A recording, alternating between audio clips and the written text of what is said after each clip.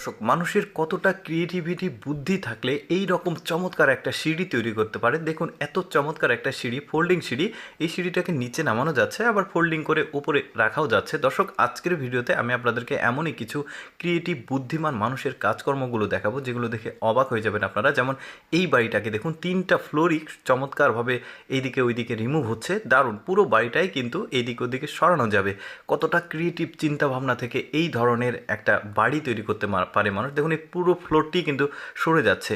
দারুণ চমৎকার। আরও অনেক কিছু দেখাবো আপনাদেরকে, ভিডিওটা পুরোপুরি দেখতে থাকুন। দেখুন এই লোকটা প্রথম দৃষ্টিতে দেখে মনে হবে একটা খাঁচা তৈরি করছে, বাট না, পুরোটাই একটা গাছ। দেখুন এই ডালগুলোও কিন্তু গাছ, পুরোটাই একটা বিশেষ প্রসেসিংয়ের মাধ্যমে এইরকম একটা আকৃতি নিয়ে আসা হচ্ছে। তারপরে ফাইনাল রেজাল্ট দেখুন কি চমৎকার।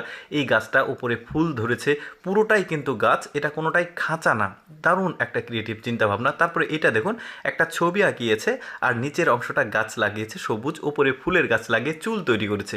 কি দারুণ। আচ্ছা দেখুন, পাহাড়ি অঞ্চলের মানুষজনের কিন্তু পানির সংকট হয়, বিশুদ্ধ পানির। তো ওরা যখন বৃষ্টি আসে, ওই বৃষ্টির পানিগুলো বিশেষ পদ্ধতির মাধ্যমে ওরা চাল থেকে, টিনের চাল বা ছাদ থেকে সংগ্রহ করে এই পানিগুলো খায়। একদমই বিশুদ্ধ, কোনো প্রকার আয়রন নাই। দারুণ কিন্তু বুদ্ধি। দেখুন আমরা সাধারণত বৃষ্টির পানি খাই না, কিন্তু ওরা এইভাবে পানি খায়। এরপরে দেখুন এই মহিলাটার দারুণ ক্রিয়েটিভিটি। দেখুন হাত দিয়ে কি চমৎকারভাবে ফুলের ছবি আঁকছে। দারুণ কিন্তু লাগছে দেখতে, বিশেষ একটা পদ্ধতি। দেখুন এইভাবে অনেকেই ছবি আঁকে না কিন্তু। তারপরে এটা একটা রাজমিস্ত্রি, আর ওর কাজ দেখুন কি চমৎকার। জিনিসগুলো স্টিকারের মতো লাগাচ্ছে।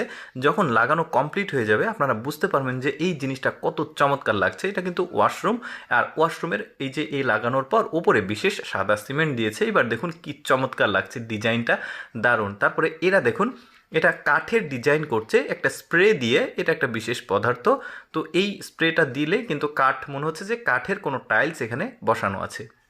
বেশ চমৎকার কিন্তু ওদের বুদ্ধিগুলো।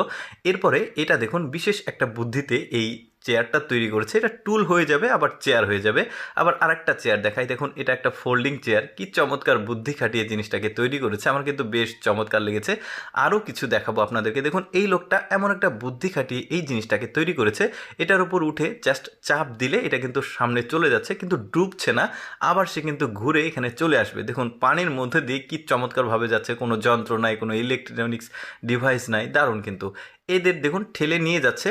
এই চাকা যত ঘুরবে তত কিন্তু বীজ মাটিতে রোপণ হবে। কিভাবে এই প্রসেসটা হচ্ছে সেটা আপনাদেরকে আমি দেখাবো। দেখুন ওই যে চাকা রয়েছে, চাকার মধ্যে বীজ দেওয়া, আর এটা যখন ঠেলছে তখন কৃষকরা কিন্তু ওই যে বীজগুলো লাগাতে কষ্ট হয়, এই পদ্ধতিতে আসলে বীজ লাগায়। দেখুন এবার প্র্যাকটিক্যাল বুঝতে পারবেন। এই যে এই চাকার মধ্যে বীজ আছে, চাকাটা যত ঘুরবে একটা একটা করে বীজ মাটিতে পুঁতে যাবে। দারুণ বুদ্ধি।